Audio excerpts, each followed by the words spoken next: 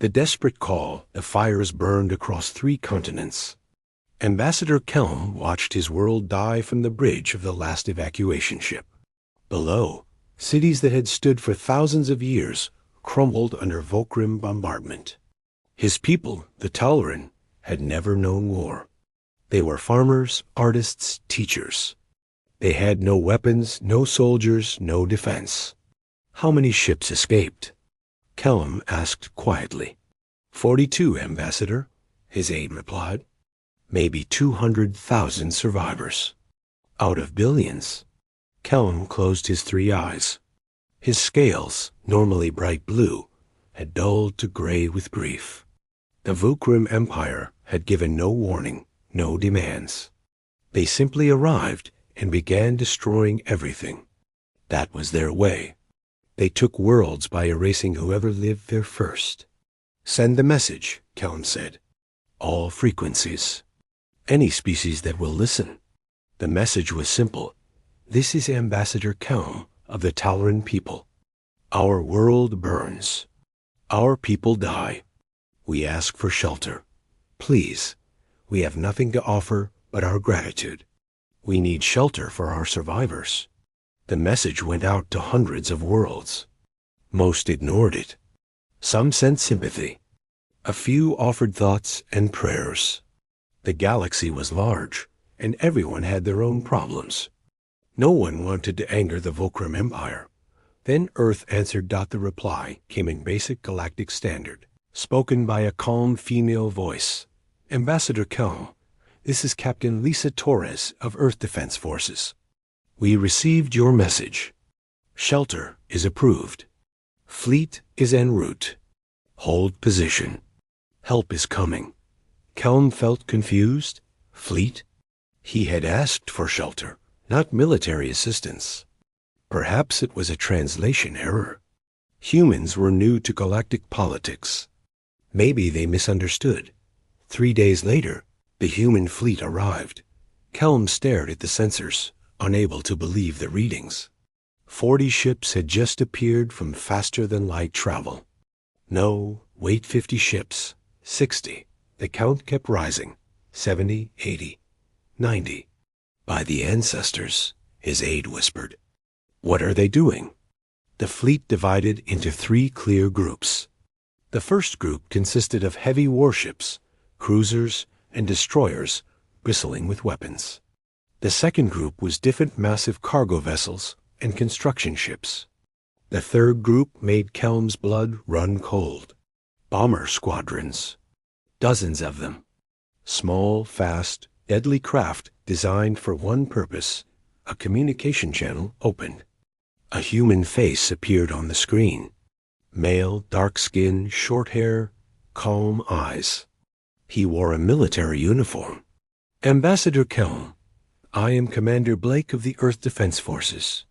We're here to provide shelter.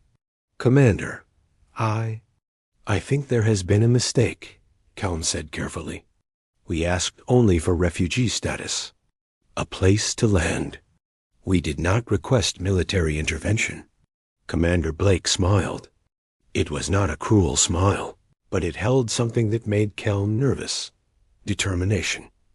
Maybe even anger on behalf of strangers. Ambassador, you asked humanity for shelter. We take that seriously. When someone asks us for shelter, we don't just give them a roof. We make sure they never have to run again. Behind Blake, Kelm could see other humans moving with purpose. Some wore combat armor. Others wore construction gear. All of them looked ready. We brought commanders to lead the defense, Blake continued. We brought builders to construct homes and hospitals. We brought bombers to remove the threat. Your people will have shelter, Ambassador. And the Volcrim will learn what happens when they make enemies of humanity's guests. Kelm felt something strange. Hope. After days of despair, hope burned in his chest. Commander Blake, he said slowly, we are a peaceful people. We do not know how to fight. That's fine, Blake replied. We do. Asterisk, the first Volcrim patrol arrived 6 hours after the human fleet. 3 warships, expecting to find helpless refugees and finish the job. Instead, they found humans. Commander Blake stood in the command center of his flagship, watching the enemy approach. Around him, officers worked calmly at their stations. No panic, no fear, just cold efficiency. "Bombers ready?" Blake asked. "Ready, sir," Lieutenant Ross replied. "Pilots are asking permission to engage." "Granted." "Show them what humans do to bullies." 20 human bombers launched. They moved fast, faster than anything the Vakrim had encountered. The alien warships tried to track them, but human pilots flew patterns that seemed impossible, rolling, diving, splitting apart, and reforming. The first Vakrim ship exploded. Then the second. The third tried to run. It didn't make it. Kelm watched from his ship, amazed. The entire battle lasted 4 minutes. "Commander Blake," Kelm said over the communication channel. "That was ... incredible." "That was a warning shot," Blake replied. "The real fight comes later. But we bought time. Now we build." Down on Talren's largest moon, construction chief Rita was already working. She was a short, muscular woman with gray hair and tired eyes that had seen too many disaster zones. She stood in the landing zone, surrounded by massive human construction machines. "Listen up," Rita shouted to her crew. "We've got 200,000 refugees who need homes. Not tents, not temporary shelters. Real homes. We've got hostiles in the system who might attack any day. So we build fast, we build strong, and we build defenses into everything. Understood?" "Yes, ma'am." 300 human workers replied. The machines roared to life. Humans moved with purpose. Some operated heavy equipment. Others assembled prefabricated structures. Still others were digging defensive positions and setting up shield generators. Kelm landed with the first group of Talarin refugees. They stepped off their ships, exhausted and broken, expecting to see simple refugee camps. Instead, they saw humans building a city. "By the ancestors," Kelm's aide whispered. "They work like machines."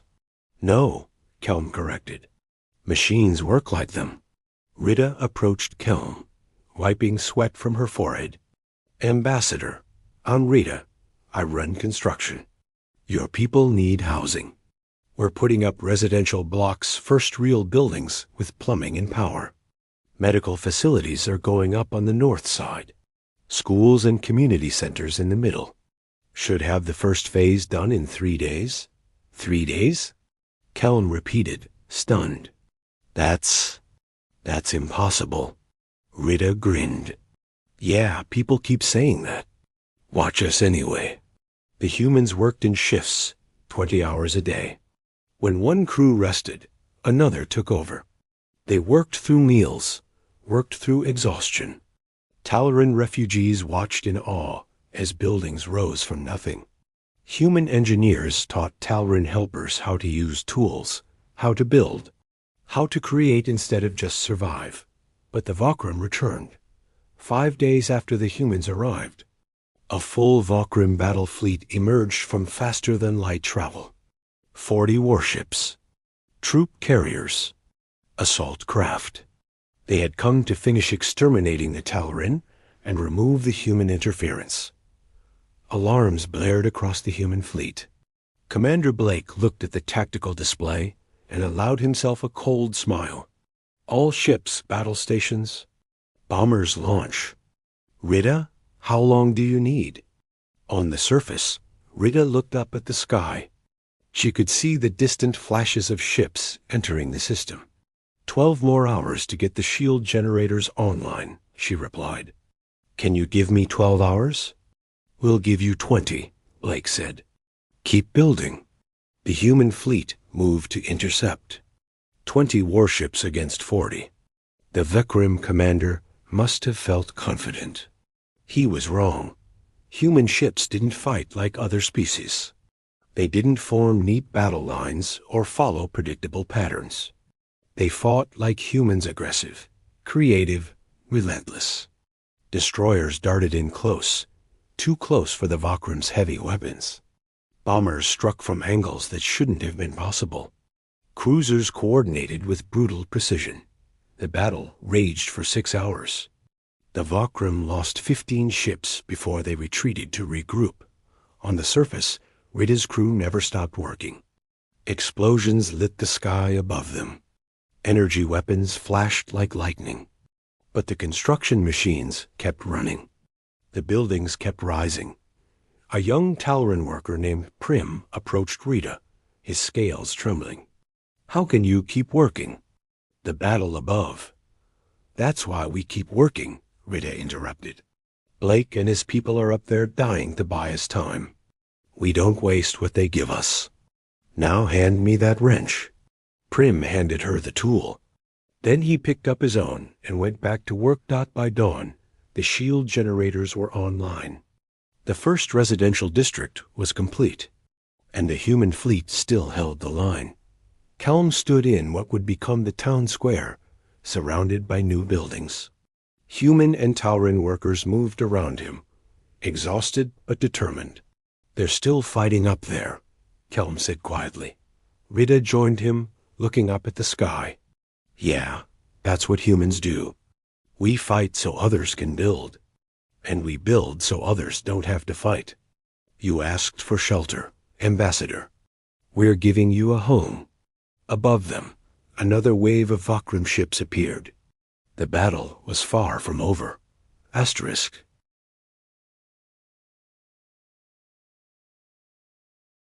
The new dawn. The Volcrim Empire sent everything. 2 weeks after the first battle, their entire regional fleet arrived. 120 warships, thousands of fighters, troop carriers ready to land armies. The Volcrim High Command had decided to make an example of the humans. No one interfered with their conquests. No one. Commander Blake stood on his bridge, looking at the tactical display. His ships were damaged. His crew was exhausted. He had lost 6 ships in the constant skirmishes. But the moon below was now a fortress, and 200,000 Talran refugees had homes. "All ships report ready, Commander," Lieutenant Ross said quietly. Blake nodded. He opened a fleet-wide channel. "This is Blake. The enemy brought everything they have. They think numbers will win. They're wrong. We didn't come here to lose. We came here to give people a home. And no one takes homes away while humans stand guard. All ships engage at will. Make them regret coming here." The human fleet charged forward. It should have been suicide. 24 human ships against 120 Volcrim warships. But humans didn't fight fair. They fought smart. Bomber squadrons spread out, forcing the Vakrim fleet to split their attention. Destroyers used the moon's gravity to slingshot around, hitting enemy ships from unexpected angles. Cruisers coordinated fire, targeting enemy command ships first. And the Volcrim learned that humans were terrifying when protecting something. On the moon's surface, Rita watched the battle through the shield. The defensive generators hummed with power, protecting the new city below. But she wasn't just watching. "Fire control, you ready?" Rita asked into her radio. "Ready, boss," came the reply. "Never thought I'd be shooting at spaceships with construction equipment." Rita grinned. "Improvise, adapt, overcome. Light them up." The construction crews had built more than homes. They'd built surface-to-orbit weapons. Mining lasers converted to cannons. Industrial equipment turned into missile launchers. It wasn't military grade, but it worked. When Vakrim fighters tried to strafe the settlement, they met unexpected resistance. Beams of industrial-strength energy tore through their formation. Missiles designed for moving asteroids tracked and destroyed attack craft. Ambassador Kelm watched from the command center, amazed. "Your construction workers fight too?" Every human fights when necessary, Rita replied. We just prefer to build. Above, the space battle raged. Commander Blake's flagship took a direct hit. Shields failed. Hull breached. Emergency alarms screamed through the corridors. Damage report. Blake shouted over the noise. Port-side weapons offline. We're venting atmosphere on decks 5 through 7. Blake gritted his teeth. Seal those decks. Redirect all power to forward weapons. If we're going down, we're taking them with us. But then something unexpected happened. 42 Talaran evacuation ships, the original refugee fleet, moved into formation alongside the human vessels. They had no weapons. They were never designed for combat. But their pilots had watched humans fight for 2 weeks. They had watched humans bleed for strangers. Kelm's voice came over the communication channel. Commander Blake, this is Ambassador Kelm. The Talaran may not be warriors, but we will not hide while others die for us. We may not have weapons, but we have ships. We will ram them if we must. Ambassador, no, Blake started. You gave us shelter, Kelm interrupted. You gave us hope. You gave us a reason to fight. Now let us stand with you. The Talaran ships moved forward, placing themselves between damaged human vessels and Volcrum attackers. They took hits meant for others. Some exploded, but they didn't run. Their courage changed something. The Volcrum had conquered dozens of species. They had always won because their enemies eventually broke, eventually fled. But these refugees didn't flee, and the humans never even considered it. The Volcrum fleet began to falter. Ships retreated, then more ships. Then entire squadrons. Commander Blake saw the shift. All ships press forward. Don't let them regroup. The human bombers tore through the retreating Volcrum formation. The destroyers hunted down stragglers. The cruisers pounded the enemy flagships until they exploded. By nightfall, the Volcrum fleet was gone. Not retreating gone. Destroyed or fled. The survivors jumped away and never returned. Blake collapsed into his command chair, exhausted. Around him, his crew cheered weakly. They had won. Somehow, against everything, they had won. 6 months later, Ambassador Kelm stood in the central plaza of New Talaran City. Around him, buildings reached toward the sky. Talaran children played in parks. Markets bustled with activity. Schools taught the next generation. And defensive towers stood watch, maintained by both human and Talaran crews. Rita approached, carrying engineering plans. Morning, Ambassador. Want to see the plans for the new district? Always, Kelm replied, smiling. Commander Blake joined them, now wearing the insignia of an admiral. Earth had promoted him for his actions. But he had chosen to stay, helping train the first Talaran Defense Force. Strange to think it started with a simple request, Kelm said quietly. I asked for shelter. Blake looked at the thriving city around them. You asked humanity for shelter. We don't do anything halfway. You gave us more than shelter, Kelm said. You gave us a future. You gave us back our dignity. You taught us that being peaceful doesn't mean being helpless. Rita put away her plans and looked at the sunset. You know what the best part is? This won't be the last city. We're going back to your homeworld next month. Gonna rebuild everything the Volcrum destroyed. And this time, Blake added, when it's rebuilt, you'll know how to defend it. Kelm felt his scales brighten to deep blue, the color of joy, of hope. He had asked for shelter for 200,000 refugees. Humanity had given him a nation reborn. In the plaza, human and Talaran children played together. Construction crews from both species worked on new projects. Defense forces trained side by side. Ambassador Kelm had learned an important lesson. When you ask humans for shelter, they don't just give you a roof. They give you walls strong enough to protect you. They give you tools to build your own future, and they stand beside you until you can stand alone. The Tauren had asked for shelter. Humanity had arrived with commanders, builders, and bombers, and they had delivered everything they promised and more. The end. Asterisk.